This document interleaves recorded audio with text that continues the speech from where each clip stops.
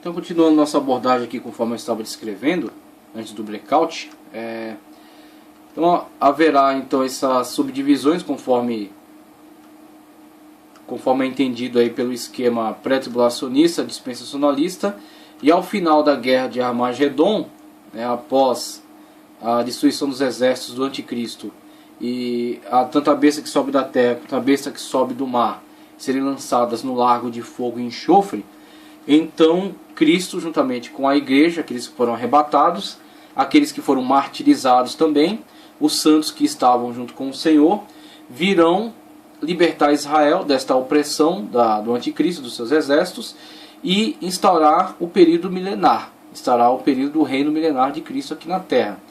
Quando então o diabo será amarrado por 1000 anos. A besta e o falso profeta foram lançados no lago de fogo e enxofre, aquele ao qual está destinado,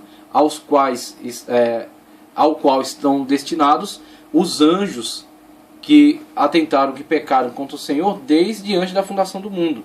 Então o inferno é preparado para o diabo e seus anjos, mas que também serão acompanhados por aqueles que rejeitam a salvação em Cristo e aqueles que rejeitam a Deus, tá certo? Aqueles que atentam contra Deus, aqueles que são condenados, desde Caim, o primeiro fratricida, e que ao longo da história se voltam contra Deus, se voltam contra Cristo, tá certo? Se voltam contra a ação do Espírito Santo na consciência humana que aponta o pecado, a justiça e o juízo, certo? Que o Espírito Santo trabalha no coração de todos os homens, no âmbito da sua consciência. Aqueles que atentam contra esse chamamento do Espírito Santo no âmbito da consciência também serão lançados no lago de fogo e enxofre. Mas primeiramente aqui a besta que sobe da terra e a besta que sobe do mar, o anticristo e o falso profeta. E o diabo que estará amarrado ao longo de 1000 anos, quando então Cristo reinará juntamente com a igreja, juntamente com os seus, e juntamente com as pessoas da terra que não aceitaram, que não foram alvo, que não sucumbiram à política do anticristo, mas que durante os 1000 anos gozarão de uma plena restauração da terra, de uma terra restaurada e de um governo perfeito, um governo de autoridade, um governo livre de qualquer tipo de corrupção, de manifestação de corrupção, e de uma terra restaurada durante o milênio, tá certo? Então a abordagem pré-tribulacionista visualiza essas subdivisões, e aí damos sequência aqui à leitura no que diz: durante a grande tribulação ocorrerá uma conversão em massa dos judeus, os quais receberão Jesus como seu Messias. Apesar dos grandes sofrimentos, haverá um grande trabalho de evangelização feito pelos judeus convertidos e por muitos crentes que por falta de vigilância não foram arrebatados com a igreja. Soma-se a eles, nesse empreendimento evangelístico, o trabalho das duas testemunhas do Apocalipse 11, 3 ao 12, conforme eu descrevi já. Ao terminar os 7 anos de tribulação, Cristo voltará à terra com aqueles que ele arrebatou, a igreja, para com eles reinar durante 1000 anos. Lembrando-se também, conforme foi descrito em outro slide, que há o evento do Armagedon, Cristo que vem com a igreja destruir esses exércitos e libertar Israel desta grande tribulação, desse período de grande opressão. Este evento é descrito como a parousia, a vinda visível de Cristo. Vamos ver depois um slide que vai esclarecer as duas etapas desse evento chamado a vinda de Cristo. Então o pré-tribulacionista dispensacionalista, ele entende o evento chamado a vinda de Cristo, que é um único evento, a vinda de Cristo à terra. Cristo veio uma primeira vez estabelecer o seu reino na terra, estabelecer a sua palavra na terra e se entregar por nós como sacrifício vicário. Então a primeira vez ele veio, esteve entre nós, morreu e ressuscitou, está à destra de Deus, e novamente virá, como ele mesmo nos prometeu, que ele virá. Como na ocasião da sua ascensão, os anjos assim disseram para os apóstolos, que da mesma forma como viste ele virá novamente. Então a vinda de Cristo é entendida também pelo pré-tribulacionista como um evento. A vinda de Cristo é um evento, só que é um evento de duas etapas. A primeira etapa chama-se arrebatamento da igreja, quando nós vamos a Cristo nos ares. E a segunda etapa é a vinda física de Cristo, quando nós viremos com Ele. Então quando Cristo vier, nós viremos juntamente com Ele. e juntamente com ele estabeleceremos o reino. Então na vinda de Cristo, tá certo? Na vinda de Cristo haverá aquilo que será chamado também de ressurreição. A primeira ressurreição. Quem participará dessa ressurreição? Aqueles que foram martirizados da igreja, aqueles que foram perseguidos, serão ressuscitados. Esta é a primeira ressurreição. Serão ressuscitados, conforme o termo Edzesan, serão ressuscitados fisicamente, literalmente, para viverem um milênio literal, para viverem 1000 anos aqui na terra, juntamente com o Senhor, juntamente com a igreja, juntamente com aqueles que adentrarem o milênio. Então, bem-aventurado, como diz Apocalipse, aqueles que participam da primeira ressurreição. Aqui, a primeira ressurreição. Ressurreição para vivenciar o milênio, tá certo? Porque são salvos na pessoa de Cristo. Mas aqueles que não ressuscitaram nesta, ressuscitarão na segunda ressurreição. Tá certo? A segunda ressurreição após aqui este evento, após a guerra que finda o período do milênio. A guerra chamada Guerra de Gog e Magog. Tá certo? A guerra que encerra o período do milênio. Esta guerra que será promovida pela influência de Satanás, que ficou amarrado por 1000 anos, mas ao final do período de 1000 anos será solto. E quando for solto, sairá para enganar as nações. Nações estas que não consiste na pessoa da igreja, não serão aqueles que fazem parte da igreja, que já haviam sido arrebatados, já haviam sido transformados e estão juntamente com Cristo na terra. Não diz respeito àqueles que foram ressuscitados, tá certo? Que foram martirizados durante a grande tribulação e estão agora ressuscitados vivendo o milênio.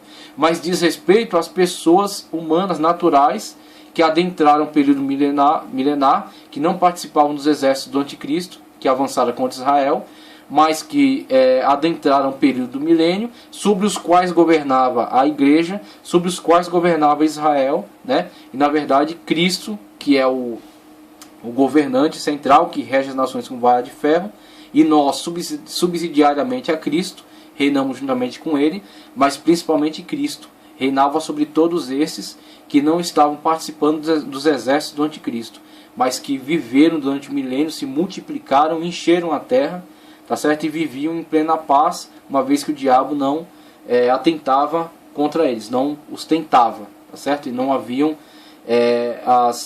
os defeitos, né? Não haviam as corrupções, não haviam as mazelas que há nessa terra de hoje, governada pelos homens, governada pelos corruptos. Então a terra do milênio é uma terra governada com Cristo, governada com vara de ferro, com autoridade, e governada sem a corrupção que nos atinge hoje. Mas essas pessoas durante o milênio que se multiplicarão, ao final do milênio serão tentadas pelo diabo. Então o diabo, depois dos 1000 anos, será solto e sairá para enganar as nações. Aqueles que se deixarem enganar pelo diabo, integrarão o seu exército para a última tentativa, a guerra de Gog e Magog, ao final do milênio. Avançarão contra a cidade santa e serão destruídos por Cristo. Uma vez destruídos, eles, juntamente com todos os pecadores desde Caim, serão ressuscitados. Esta é a segunda ressurreição. Eles não faziam parte da primeira ressurreição.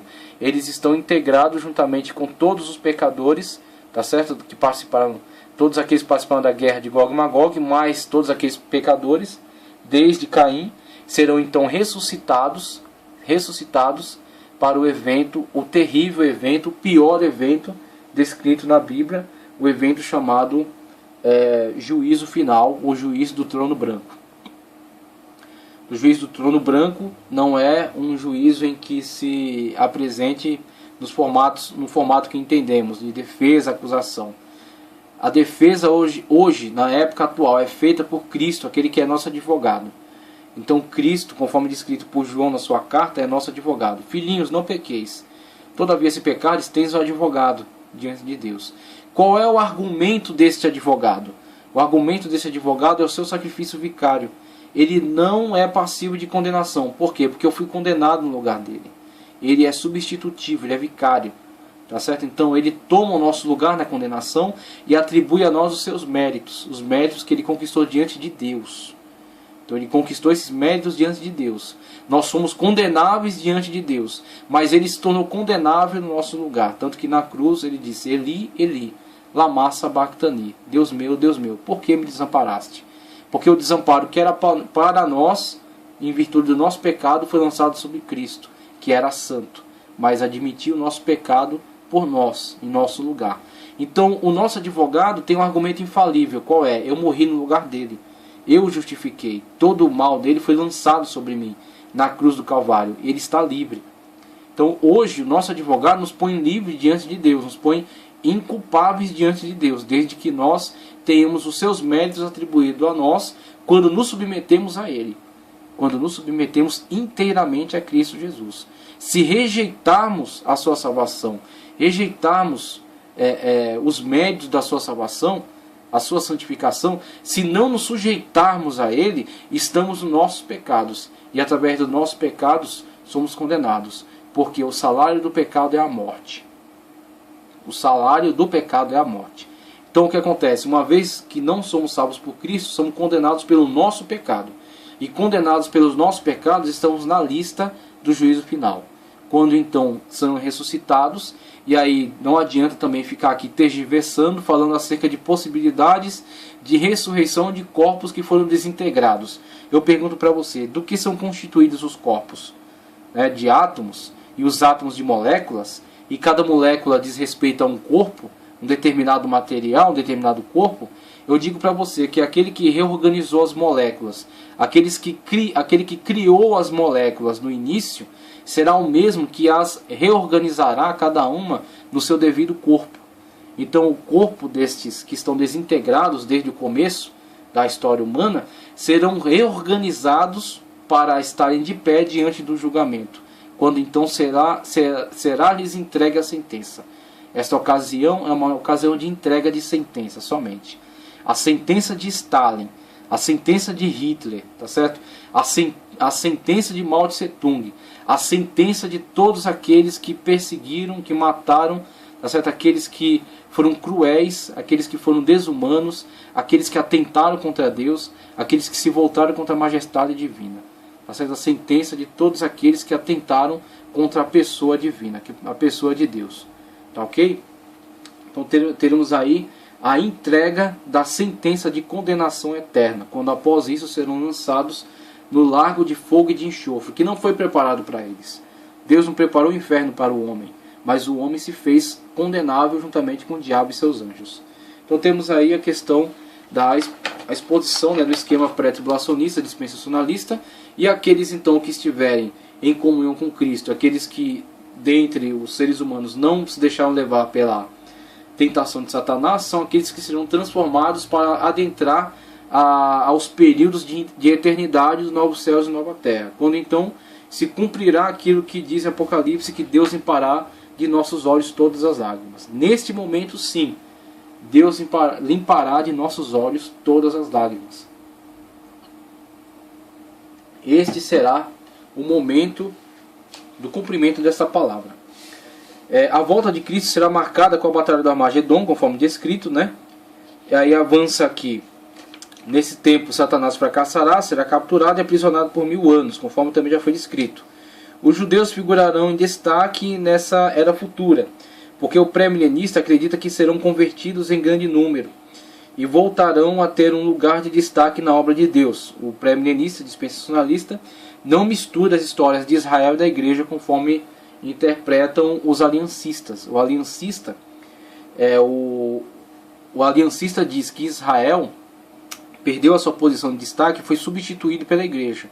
O neo-aliancista diz que na verdade Israel, o plano de Deus com Israel era passageiro e objetivava a concretização por meio da igreja. Então o aliancista diz que houve uma substituição por causa do pecado de Israel. O neo-aliancista diz que não necessariamente a substituição Deus por causa de pecado, mas sim porque Deus já tensionava desde o início a concretização por meio da igreja. Então logo a história de Israel e da igreja se misturam. A história da igreja é uma extensão da história de Israel, enquanto o dispensacionalista entende que há um tratamento de Deus com Israel e outro com a igreja. Tá certo? Então dando sequência aqui, conforme já descrevi também, no final dessa era de ouro de 1000 anos, Satanás será solto e seduzirá as nações a lutar contra Cristo. Haverá uma rebelião em escala mundial, tá certo? Conforme representado artisticamente aqui, né? Haverá uma rebelião em escala mundial, a qual resultará na derrota final de Satanás e suas forças, a qual será derrotado e lançado no lago de fogo. Com respeito ao reino milenial de Cristo com a igreja, alguns pré-milenistas concordam que será um reino espiritual, portanto invisível, mas outros, mais literalistas, entendem que será um reino físico. Recapitulando o que já falamos, esse sistema ensina que primeiro ocorrerá o arrebatamento da igreja, depois a grande tribulação, e no final da grande tribulação, com a derrota do anticristo realizada por Cristo, será estabelecido o milênio, tá certo? E no final do milênio haverá a segunda ressurreição e o juízo final, conforme já descrevemos aí no quadro também. O conceito pré-milenista, pré-tribulacionista, às vezes chamado de dispensacionalista, faz uma clara distinção entre a igreja e os israelitas. De acordo com esse conceito, a igreja será arrebatada para a glória antes da conversão em massa da nação israelita, conforme também já coloquei aí no quadro que está representado. Nesse caso, a salvação de Israel se dará no período da grande tribulação, quando a igreja não estiver mais aqui na terra.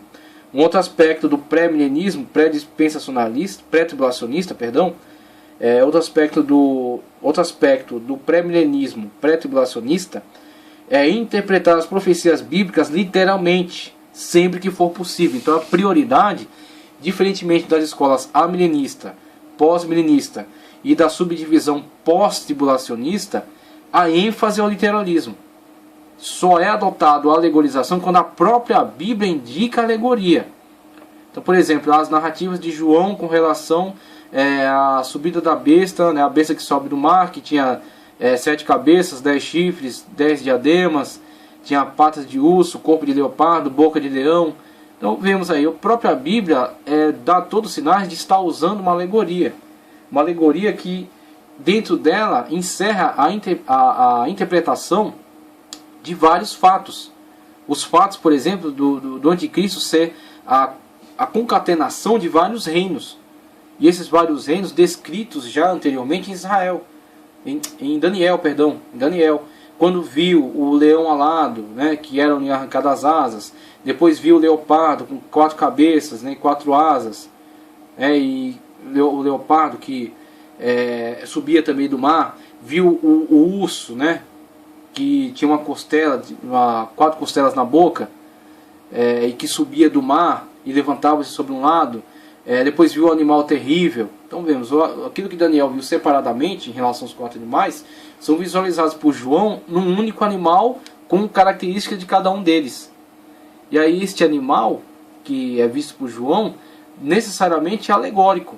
Ele é uma alegoria que representa diversos conceitos. Conceito das nações subjugadas pelo governo do anticristo. O anticristo funde essas nações num só governo e se estabelece sobre elas e reina sobre elas e as lança contra Israel, né, que será atentado por elas, né, será cercado por elas, mas será liberto por Cristo e a igreja que virá no Armagedon, que virá na guerra do Armagedon, estabelecer o seu reino, né, a chamada parousia, a vinda física e visível de Cristo. Então vemos aí, aquilo que a Bíblia indica a alegoria, é alegoria, mas só há alegoria quando houver uma indicação clara de alegoria. A prioridade é a literalização, a leitura literal das profecias do Antigo Testamento e das narrativas, né, escatológicas, conforme descrito aí. Um outro aspecto do pré-milenismo, pré-tribulacionista é a interpretação das profecias literalmente sempre que for possível, especialmente quando se trata das profecias do Antigo Testamento acerca de Israel, tá certo? Argumentam que as bênçãos de Deus prometidas a Israel terão cumprimento entre os judeus, nada tendo a ver com a igreja. Então existe, aí adotando a questão do âmbito das dispensações, existe a dispensação que trata de Israel, especificamente de Israel, e são profecias de Deus para Israel e se cumprirão literalmente na vida de Israel. Tá certo? Aquelas que não se cumpriram estão reservadas para o âmbito escatológico, são para o futuro. E serão sobre Israel. Elas não serão transferidas para a igreja, porque Deus tem um plano com a igreja, um plano específico com a igreja. Então uma coisa é aquilo que se cumpre para a igreja, outra coisa é aquilo que se cumpre para Israel. O dispensacionalista faz essa distinção. Portanto, se faz necessário interpretá-las num plano literal e não espiritual. E aí temos aqui uma parte, onde vamos abordar aqui uma visão dispensacionalista da história israelita, que é muito importante da interpretação bíblica. Israel serve mais ou menos como uma espécie de relógio de Deus. Então esse relógio de Deus, podemos chamar também de relógio escatológico, ele é abordado aqui conforme é descrito, né? A atual prosperidade do povo judeu indica o fim, indica que o fim está perto. Aí vemos aí Mateus 24, 32 a 28. Esse trecho aqui é muito interessante e eu vou fazer a leitura dele, porque é um trecho muito importante para a abordagem dispensacionalista. Então ele é indicado aqui, Mateus 24, deixa eu localizar aqui, Mateus capítulo 24, 24 dos versículos 24, 28, vamos ver aqui,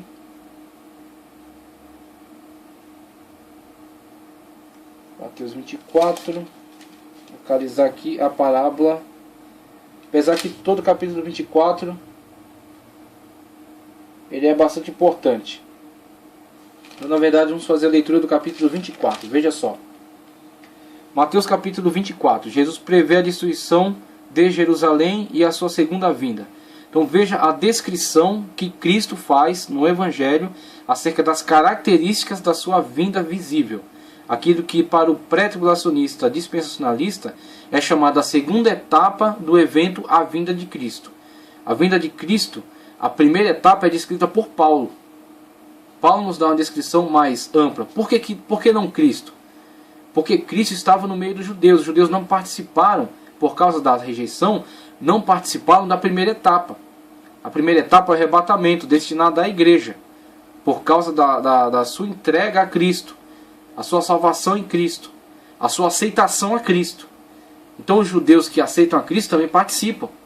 Mas os judeus que rejeitam, a eles é direcionada essa descrição. Cristo está tratando aqui daquilo que será interesse para os judeus. Tá certo? Cristo está no meio dos judeus. Está voltando-se, a sua palavra está voltada para eles. Então não faz sentido Cristo falar de algo que não é algo do qual não participarão. Cristo está tratando aqui acerca daquilo que eles participarão, em vista da sua rejeição. Eles rejeitam a Cristo, então eles participarão daquilo que está sendo descrito aqui, a partir causado por sua rejeição. Se eles houvessem aceito, participariam daquilo que Cristo descreve como arrebatamento. Aquilo que Paulo descreve como arrebatamento. A gente vai ver mais para frente essa abordagem das duas etapas do mesmo evento. O evento A Vinda de Cristo. Primeira etapa, arrebatamento. Segunda etapa, parousia. E a parousia é aquilo que é descrito aqui. Mateus 24. E quando Jesus ia saindo do templo, aproximaram-se dele os seus discípulos, para lhe mostrarem a estrutura do templo. Jesus, porém, lhes disse: não vedes tudo isto? Em verdade vos digo que não ficará aqui pedra sobre pedra que não seja derrubada. Veja aí a profecia de Cristo como resposta à rejeição de Israel e a previsão daquilo que aconteceria na continuidade histórica a Israel. Então Cristo veio, Cristo pregou a eles, foi rejeitado, tá certo? A partir dessa rejeição haveriam consequências, e as consequências estão sendo claramente explícitas aqui. Vedes essa construção, vedes isso com que tanto vocês se encantam, o templo de Herodes, né? Vedes o templo de Herodes, que também é reproduzido aí em outros templos, né? Vemos aí pessoas reproduzindo o templo de Salomão com muito afinco, gastando fortunas de dinheiro para reproduzir o templo de Salomão, quando isso de forma alguma foi priorizado por Cristo, quando isso de forma alguma foi louvado por Cristo. Os discípulos estavam tentando colocar para Cristo, veja só que coisa magnífica.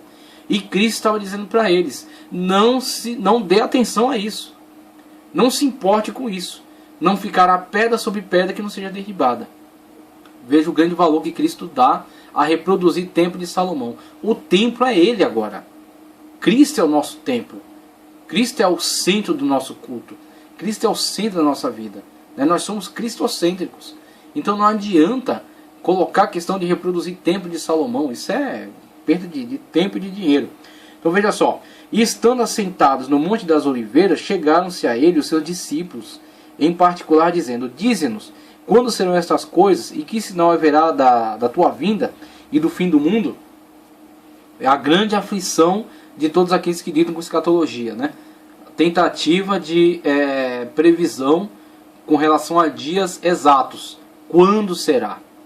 Quando será? Eles ficaram chocados com essa palavra da destruição do templo, de não ficar pedra sobre pedra, e a partir desse choque, né, Cristo conseguiu incutir neles a grande preocupação. Aquele que lida com escatologia é uma pessoa que está preocupada, é uma pessoa que está indignada com a situação. Então Cristo colocou neles o clima certo. Olha, vocês estão muito contentes com isso aí, vocês estão muito impressionados com isso aí, mas na verdade isso aí está destinado à destruição. E aí eles se atentaram para o momento, falaram: o negócio está feio, está complicado, vamos procurar saber mais sobre isso. E aí quando chegaram a Cristo, querendo saber o que? A data, que é a grande falha de todo que lida com escatologia e avança além do limite, tentar marcar a data. E aí foi isso que eles tentaram arrancar de Cristo, ao que Cristo vai responder. E Jesus respondendo disse-lhes: acautelai-vos, que ninguém vos engane, porque muitos virão em meu nome dizendo: eu sou o Cristo, e enganarão a muitos. E ouvireis de guerras e rumores de guerras, olhai e não vos assusteis, porque é mistério que tudo isso aconteça, mas ainda não é o fim. Porquanto se levantarão nação contra nação, e reino contra reino, e haverá fomes, e pestes, e terremotos em vários lugares. Mas todas essas coisas são os princípios de dores. Tá certo? Então vos hão de entregar para seres atormentados, e matar-vos-ão, e sereis odiados de todas as nações por causa do meu nome. Uma palavra direcionada aos discípulos, né, que propagarão o evangelho por toda a terra. Nesse tempo muitos serão escandalizados e trairão uns aos outros, e uns aos outros se odiarão. E surgirão muitos falsos profetas e enganarão a muitos. Veja se esse não é o quadro atual. Veja se esse não é o quadro atual pelo qual a igreja passa. Quantos falsos profetas têm se levantado com teologias espúrias, pregando coisas aberracionais, levando a igreja a estar distraída em relação ao grande evento, né? Levando a igreja para esta praga chamada teologia da prosperidade, que faz o homem cobiçar e desejar aquilo que é da terra e rejeitar aquilo que é do céu, que faz o homem lidar com a igreja como se fosse uma bolsa de valores, que faz de Deus como se fosse fonte de lucro. Então vemos aí muitos que têm se levantado nesse âmbito, né? E por se multiplicar a iniquidade, o amor de muitos esfriará. Aí vemos muitos cristãos que não manifestam mais o amor de Cristo. Mas aquele que perseverar até o fim será salvo. E o evangelho do reino será pregado em todo o mundo, então em testemunho a todas as nações, então virá o fim. Então você vê, a pregação do evangelho, ela prossegue além do âmbito do arrebatamento. Além do âmbito do arrebatamento. Então a pregação do evangelho será até o fim. Então, após o arrebatamento, aqueles que forem ávidos, né, aqueles que estiverem em comunhão e participaram do arrebatamento, prossegue a pregação do evangelho com aqueles que ficarem do arrebatamento, que não tiverem estado atentos na comunhão plena com Cristo, não forem arrebatados, mas prosseguirão na obra da pregação do evangelho, que irá até o fim. Quando, pois, virdes que a abominação da desolação de que falou o profeta Daniel está no lugar santo, quem lê entenda. Então os que estiverem na Judéia fujam para os montes. E quem estiver sobre o telhado não desça a tirar alguma coisa de sua casa. Quem estiver no campo não volte atrás a buscar suas vestes. Mas ai das grávidas e das que amamentarem naqueles dias. Orai para que vossa fuga não aconteça no inverno nem no sábado. A questão da restrição, né, do quanto se pode andar no sábado. Então ele usa esse extremo zelo dos judeus em relação à guarda do sábado como uma forma de alerta. Então fala, aquele dia será um dia terrível. E tomara que essas ocasiões não se deem nem no inverno, o que impossibilita a locomoção, por ser em terras de difícil acesso, né? Estava se pronunciando aqui em Jerusalém. Então o inverno impossibilitava a movimentação, e o sábado, que é uma movimentação, uma restrição religiosa. Então ele usa essas figuras para situar as pessoas na sua época em relação a essas dificuldades. E aí ele fala, inclusive, ele falou aqui mais atrás, ele fala aqui acerca da abominação da desolação de que falou o profeta Daniel. Veja só a analogia entre a abordagem da 70ª semana de Daniel, aquilo que é descrito na 70ª semana em relação à semana 70 mesmo, a semana que encerra, a abominação da desolação, que se estabelece no lugar santo. E aí nós vamos ver mais para frente, quando tratarmos de grande tribulação especificamente, aqui é uma abordagem geral do plano pré-tribulacionista. Quando falamos especificamente de grande tribulação, vamos ver a questão em torno do Domo da Rocha, a mesquita do Domo da Rocha, tá certo? A chamada também mesquita de Omar, alguns chamam de mesquita de Omar. Então vemos aí a questão em torno dessa mesquita do Domo da Rocha, que está exatamente em cima do terreno do terreno no qual estava o templo de Salomão. No qual estava o templo de Salomão. E que os judeus hoje, mesmo com todo o seu poderio, mesmo estando estabelecidos na terra, não têm tido a oportunidade de reconstruir o templo de Salomão. E vemos nisso, observamos nisso um grande mistério. Isso é algo doutrinário e definitivo? Não. Mas pode ser um grande sinal. Pode ser um grande sinal.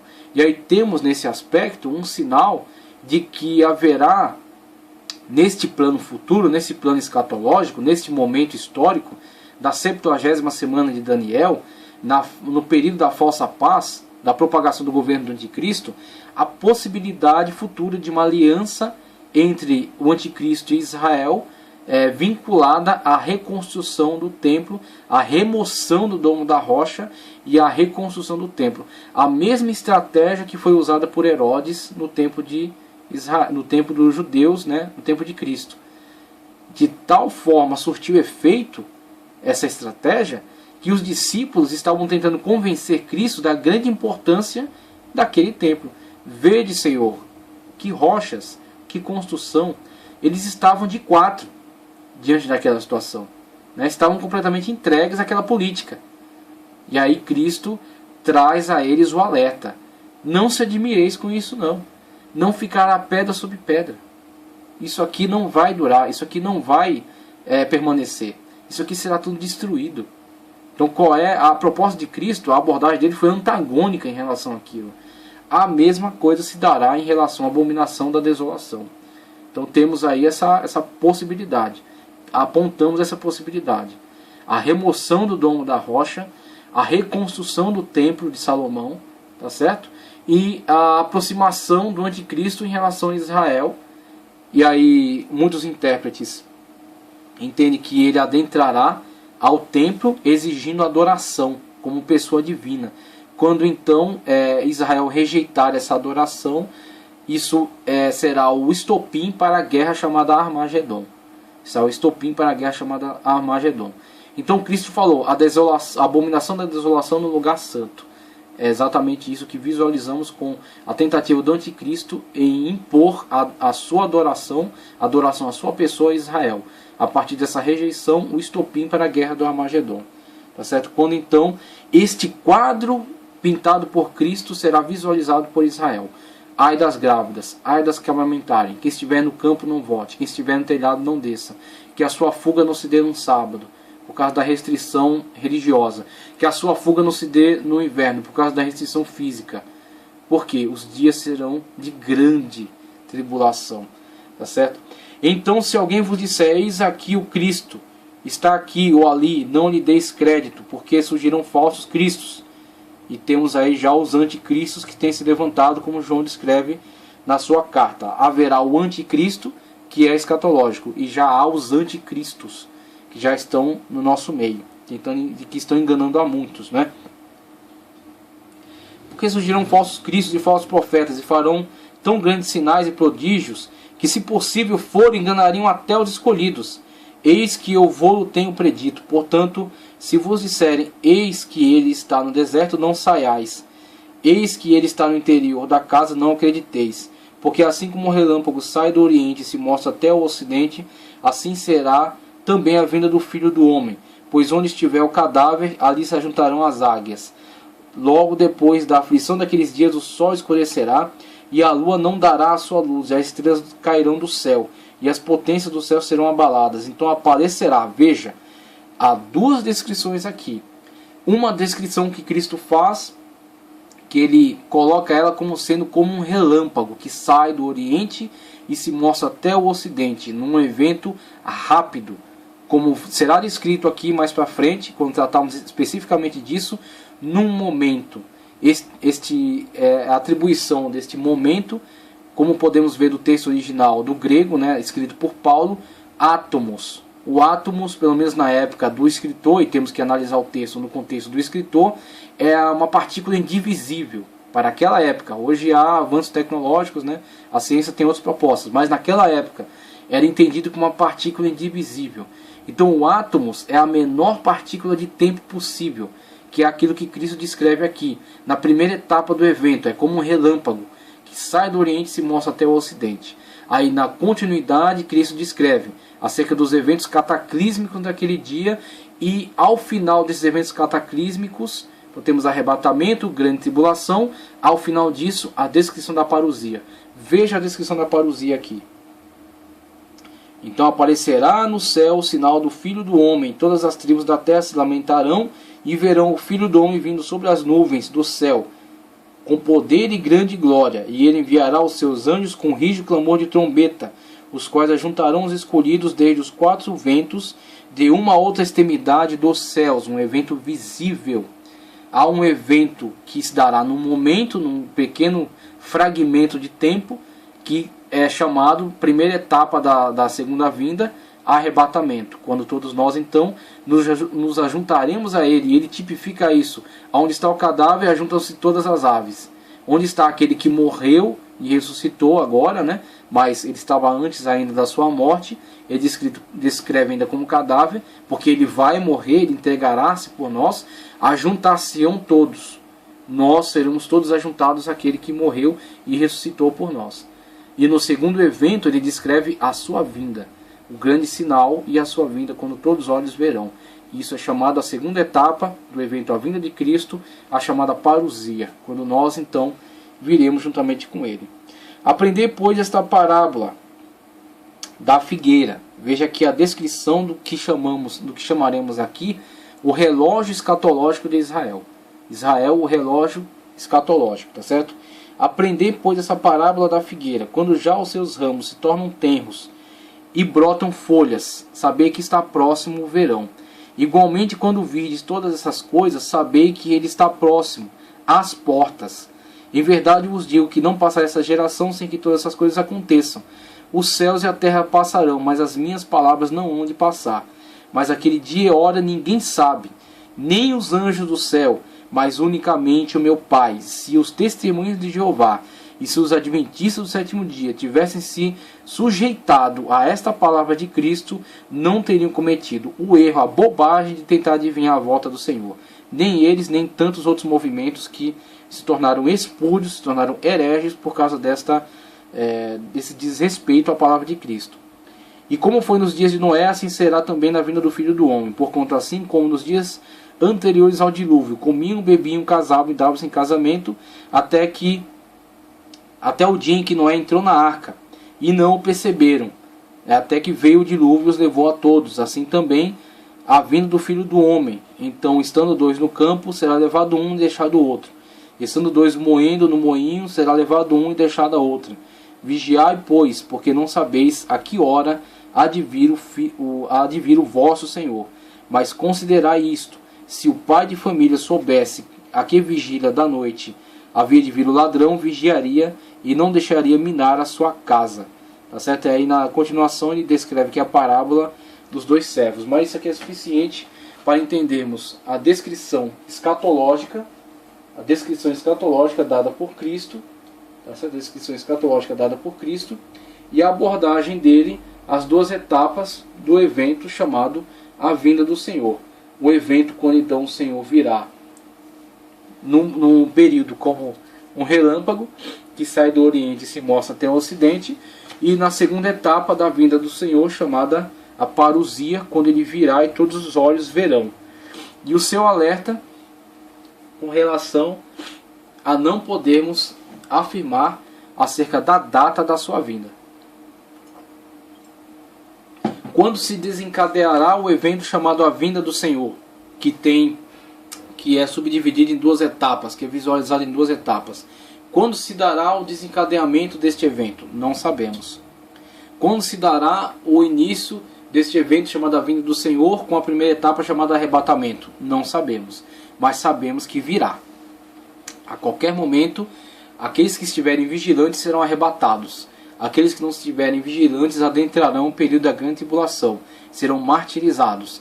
E quando então, na continuidade, Cristo virá no evento chamado a parousia, a vinda visual e física de Cristo à Terra, juntamente com aqueles que foram arrebatados, tá certo? Que estabelecerão juntamente com Cristo o seu reino milenar e serão ressuscitados aqueles que foram martirizados durante a grande tribulação.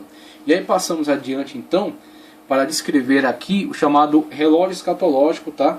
Israel serve mais ou menos como uma espécie de relógio de Deus. A atual prosperidade do povo judeu, indicada aqui na parábola da figueira, né? Quando virdes florescer a figueira, olhar para a figueira e todas as árvores. Quando virdes florescer, saber que está próximo o verão. A mudança de época, a mudança de estação. Do inverno da destruição de Israel para o verão do seu florescimento.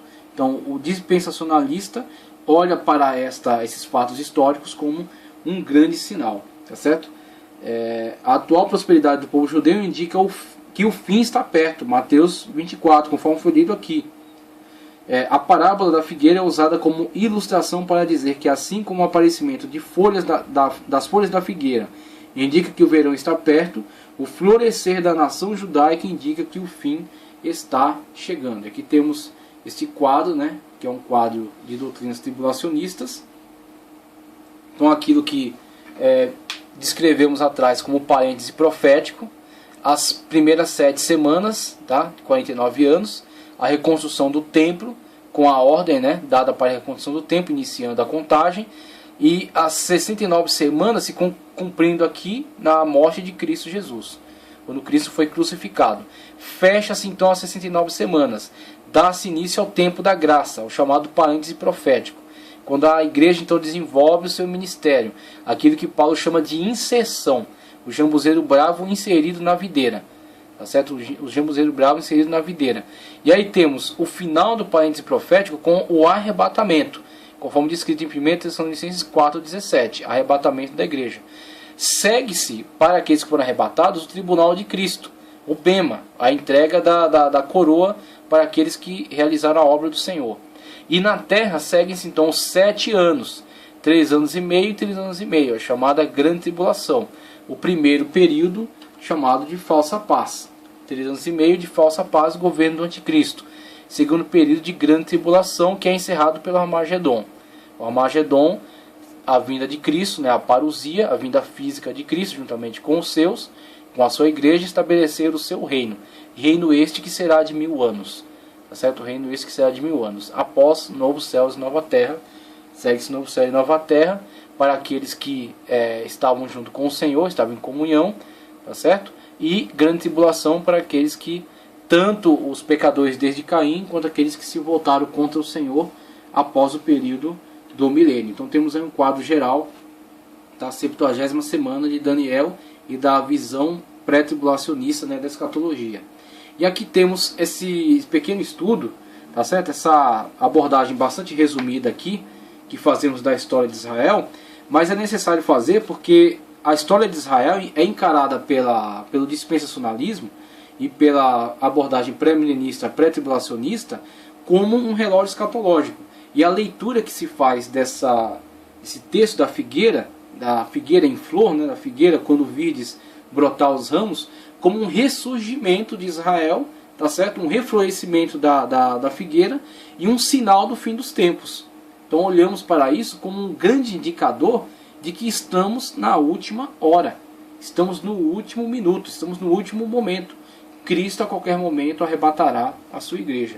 E aí vimos desde o início, no ano 30 da era cristã, quando Cristo, no texto que eu li aqui em Mateus, Cristo diante da surpresa dos discípulos perante aquela construção, que era um projeto político de Herodes, tá certo? Era um projeto político de Herodes, aquele projeto político que estava surtindo efeito, porque Herodes era odiado pelos judeus, porque Herodes era colaborador de Roma. Herodes era odiado pelos judeus, mas Herodes, através desta política, conseguiu uma aproximação muito frutuosa com os judeus. Os judeus passavam a olhar de outra forma para Herodes, passavam a interagir de outra forma com Herodes, através do que? Da construção do templo. Então Herodes empregou este meio político para a sua aproximação com os judeus. E aí Cristo, visualizando este encantamento dos seus discípulos com aquela política, ele trata de deixá-los alerta. Olha, não ficará pedra sobre pedra. Da mesma forma, olhamos hoje para as diversas tentativas dos anticristos que têm se infiltrado dentro da igreja e têm conseguido interagir com a igreja, se possível enganar até os escolhidos, né? Interagir com a igreja, mostrando outros meios pelos quais eles têm ficado encantados. Os discípulos estavam encantados com a magnífica construção que foi o templo de Herodes. A igreja atual está encantada com as magníficas propostas que têm sido apresentados por pregadores que têm se desviado do objetivo bíblico. O objetivo bíblico, que é a salvação das almas, a centralidade de Cristo Jesus, tá certo? No nosso meio, a sua palavra sendo o centro da nossa vida, a santificação sendo o grande objetivo da igreja, o grande propósito da igreja, e a promessa da Nova Jerusalém. Muitos já abandonaram a questão da prioridade da salvação em Cristo Jesus. Trocaram a salvação por bênção na área da saúde, trocaram a salvação por bênção na área material, trocaram a salvação por bênção na área sentimental, tá certo? Trocaram a mensagem da cruz de Cristo, da salvação em Cristo, por benefícios materiais. Então muitos têm vindo para o Evangelho não pelos motivos certos, porque eram condenáveis pelos seus pecados, e o salário do pecado é a morte, e a salvação só existe em Cristo Jesus. Tá certo? Cristo é a nossa salvação, aquele que morreu por nós na cruz do Calvário para nos curar da pior das doenças, que chama-se pecado. Então ele levou sobre si todas as nossas dores. Que dores são essas? As dores colaterais advindas de uma doença degenerativa chamada pecado. Tá certo? Essa doença é a doença que Cristo carregou sobre si na cruz do Calvário. Então a doença principal da qual nós somos curados chama-se pecado, e a cura é Cristo Jesus. Então essa é a mensagem principal. As demais coisas as quais necessitamos são acréscimos. E aí Cristo se compromete com o quê? Com estas coisas, conforme está no Evangelho.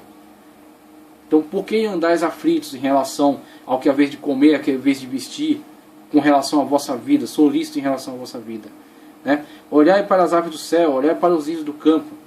E aí ele fala aqui, buscai o reino de Deus, buscar em primeiro lugar o reino de Deus, e estas coisas, ou seja, o suficiente para a vida, o suficiente para a nossa existência, para termos uma vida suficiente, não uma vida regalada na terra, uma vida abundante na terra. Cristo nos promete o quê? A vida suficiente, nos promete aquilo que é necessário para a nossa vida, tá certo? Ele nos promete até nos dá bênção recalcada, sacudida e transbordante, mas desde que o principal seja o nosso foco. O que? O reino de Deus é a sua justiça. O reino de Deus e a sua justiça é o principal. E a igreja, infelizmente, tem dado prioridade àquilo que é periférico,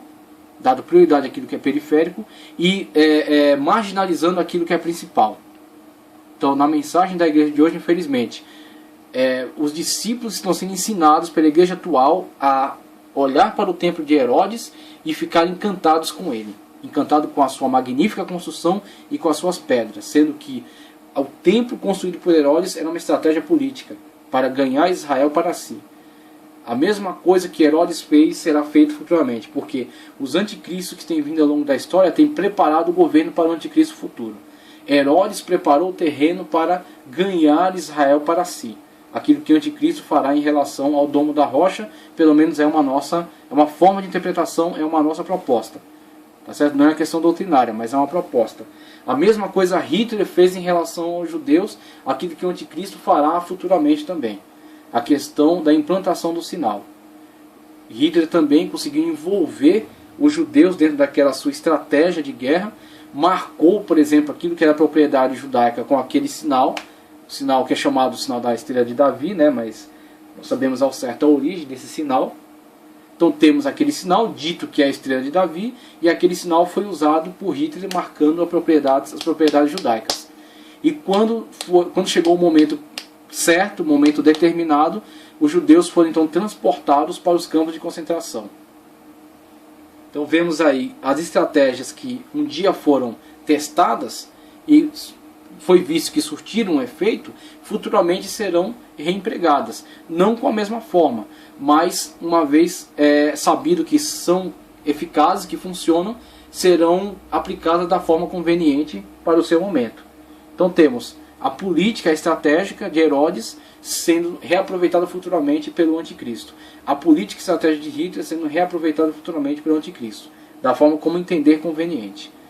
Então haverá uma tentativa de aproximação com Israel, haverá uma tentativa de implantação do sinal, tá certo? E o anticristo lidará com isso da forma como achar conveniente para a sua política. Então Cristo alertou os discípulos: estejam alertas, isso aqui não ficará pedra sobre pedra. E isto cumpriu-se no ano 70. No ano 70 da era cristã. Aquilo que Cristo no ano 30 alertou os discípulos em relação a não ficará pedra sobre pedra, tá certo? Não necessariamente no ano 30, por volta dessa época, no ano 70 cumpre-se essa profecia. Quando Jerusalém vê a invasão do general Tito, enviado por Pompeu de Roma, e a destruição daquilo ao qual estavam tão impressionados. Aquilo que foi uma estratégia política de aproximação, que colocou Israel em uma interação com Roma, né? Lhes fez aceitar o governo de Herodes. E agora vemos isso sendo a isca para a futura destruição de Israel, a destruição do templo, tá certo? Com a invasão do general Tito e o cumprimento da profecia de Cristo, não ficará pedra sobre pedra. Da mesma forma, aquilo que Cristo falou em relação aos falsos profetas é aquilo que se cumprirá. Passarão os céus e a terra, e a minha palavra não passará. E ele disse: surgirão falsos profetas, surgirão falsos cristos. Tome muito cuidado com aquilo que tem sido pregado. Tome muito cuidado com aquilo que tem sido prometido. Tome muito cuidado com aquilo que tem sido ensinado. Muitas pessoas têm ensinado mais amor às coisas e amor à terra do que amor à pessoa de Deus. Mais amor à bênção do que ao abençoador. E Paulo fala: se esperamos em Cristo somente para esta vida, somos os mais, presta atenção, somos os mais miseráveis dos homens. Então aqueles que olham para Cristo e veem nele apenas benefícios para a vida na terra, benefícios para a vida momentânea, para o presente momento, são os mais miseráveis dos homens. Aqueles que olham para Cristo dessa forma e aqueles que pregam a Cristo desta forma. Tá certo? Olhar para a obra de Cristo e ver nele simplesmente um benefício para alguma situação da vida corriqueira, da vida aqui. Cristo tem algo mais importante a oferecer, que é a salvação da sua alma e a promessa, tá certo, de participação do seu reino milenar, a participação do seu reino celestial, através da nossa sujeição à sua pessoa, à sua salvação, à sua palavra. Quando estamos sujeitos à sua palavra, estamos obedientes, colocamos a sua palavra em ação na nossa vida, como o apóstolo Paulo diz: não vivo mais eu, mas Cristo vive em mim. Quando de fato Cristo é o centro da nossa vida, estamos vivendo a sua palavra na nossa vida, até estamos submissos a Ele, e então a sua salvação está em nós, e nós participaremos disso, não por méritos, mas pela sua graça. Estar na graça de Cristo e ser participante dessa promessa futura, tá certo? E não ser enganados por essas promessas que nos colocam em conexão com essas coisas que serão destruídas. Isso será destruído. O templo foi destruído, tá certo? Haviam se encantado com o templo. Cristo os alertou: não ficará pedra sobre pedra. Foi destruído no ano 70.